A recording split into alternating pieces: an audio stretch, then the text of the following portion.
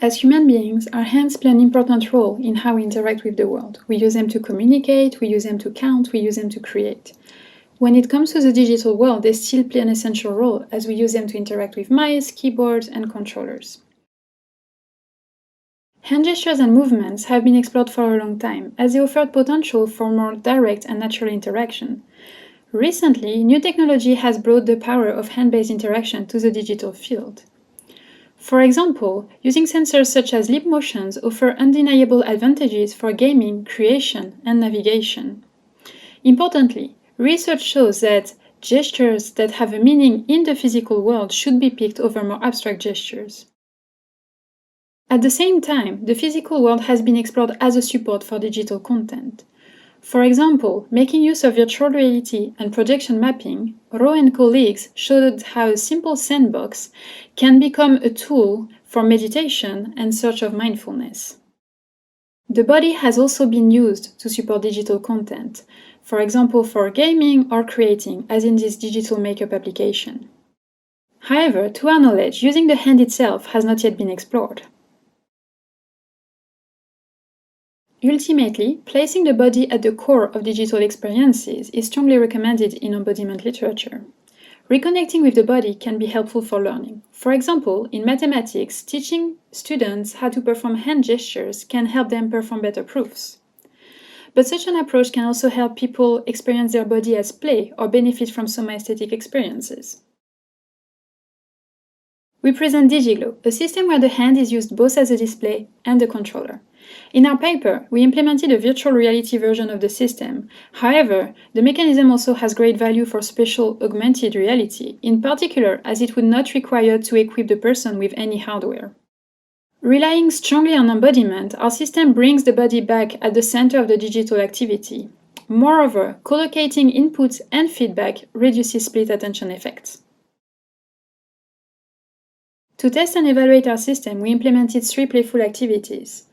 Space Traveler is a self-contained pinball game making use of the hand shape of the display and the strong connection with the controls. On top of the main pinball mechanics, the hand controller brings in an interesting twist as it lets the player bend space by moving their finger and influence gravity. Marble Runner explores natural hand interaction specific to DigiGlow. In this fast-paced game, the dexterity of the player is put to the test as they go around a twisted path filled with obstacles.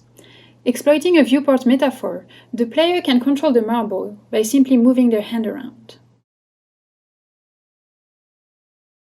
Finally, in our educational activity, Noel's Ark, we focus on embodiment for learning. In this activity, the player has to compare the weight of 2 items by moving their hands up and down, mimicking a twin pan balance.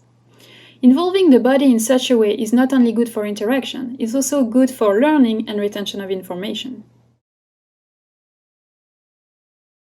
We performed 2 user studies to evaluate our system. First, a preliminary usability study focusing more on quantitative aspects, followed by a more focused qualitative thematic analysis.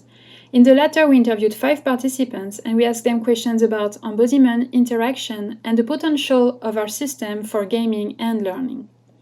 We aggregated our findings as design recommendations, and I'll present some of them now. Confirming previous research, participants enjoyed more gestures that have a strong physical connection with their effect.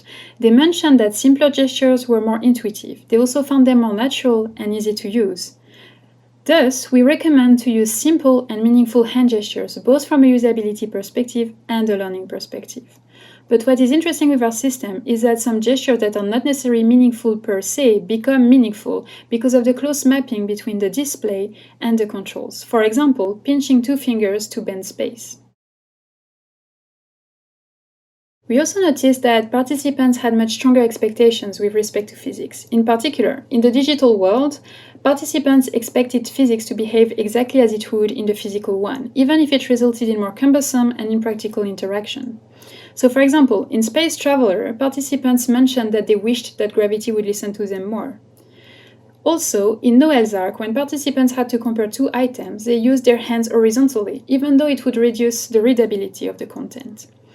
So this is a form of tactile illusion that is specific to our system, and we would recommend to be mindful of the expectations people have from the physical world when connecting their body so strongly to the digital experience. Overall, we show that DigiGlow has great potential for gaming and learning activities, but our participants also suggested several other use cases and applications. In particular, DigiGlow could be used as a mechanism to foster creativity, body awareness, and mindfulness. Thank you for your attention.